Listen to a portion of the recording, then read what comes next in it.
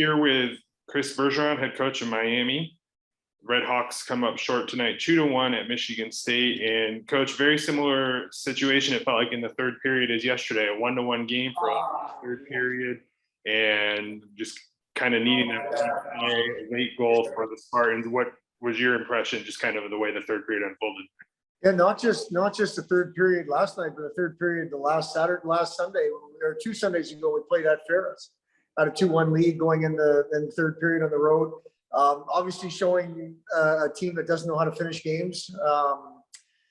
And it's unfortunate because it wasn't like I didn't think we sat there and watched them play in the third period.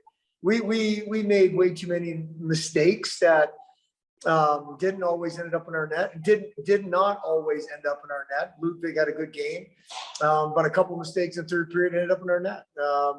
Unfortunately, it's a little bit of a broken record right now as we try to earn the expectations of winning and truly mean that. These are tough lessons to learn, but we're going to have to learn from them for sure. We haven't shown that we're learning yet, because again, I think it's been 3 games in a row the same thing. And it's again, we are going to have to earn this. This is not something that's going to be handed to us. And the second period, pretty one-sided as far as shots on goal. Miami 16, Michigan State 2. Felt like maybe there was a chance to put some distance and separation there, especially with the 5-minute major, but just unable to get the puck into the back of the net. Yeah, I agree. I mean, I think the only reason it was so one-sided was because of the 5-minute power play. I really do. I didn't think it was that one-sided of a period from a zone time perspective. No, maybe it was. So again, we'll have to go to the video on that. But yeah, Tim, I can tell you this. You're not going to win many series with scoring 2 goals on the weekend.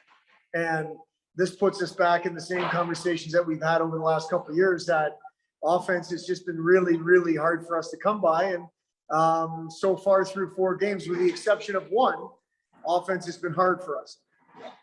You did get the goal in the first period, maybe against the run of play a little bit, as Michigan State had a lot of faceoffs down in your zone, but Dashke able to get the goal. And what did you see on that play? Yeah, I mean, the first period I didn't think was great. And you mentioned faceoffs. We got beat pretty bad in the faceoff circle the first period. I saw a good play by Matt Berry. That's what I remember. And then obviously a good finish by Derek, but something that, you know, those are good things when they happen, but that's a game where we need other guys stepping up and not only getting chances, but capitalizing on those chances. But that play looked like a pretty good play by Matt Berry, and then a good finish by Derek. And shots on goal for the game, Miami 36, Michigan State 24. So what can you take from that as far as building blocks? I mean, obviously you're looking for goals, like you said, the offensive production, but on the road to outshoot a team by that many. Probably, Tim, right now it's tough to say what you take away, because there'd never be moral victories as long as we're involved in this. And I think you take away what we're capable. We're capable of putting up that number of shots, but unless it results in more goals, it doesn't do you any good. So we'll have to go back to work. I think our focus is going to continue to be every play has to matter, and it just doesn't matter enough for us right now, whether it's around our net or around the other team's net. We need to capitalize more on plays and be on the positive side of more plays, and we just haven't been on the good side of enough plays. Next up, Friday, a home opener after a couple weekends on the road to be able to come home and play Bowling Green, and looking for a chance to be able to play in front of home fans and hopefully get back on the winning side of things. Yeah. I mean, you know, right now we're not really thinking much about next weekend. We just want to get home and rest up. But yeah, it'll be exciting to play in front of our fans. We obviously didn't have fans last year, so it's been a full year since we've had fans in the building, and hopefully our people will come and support us, and hopefully we'll play hard for them.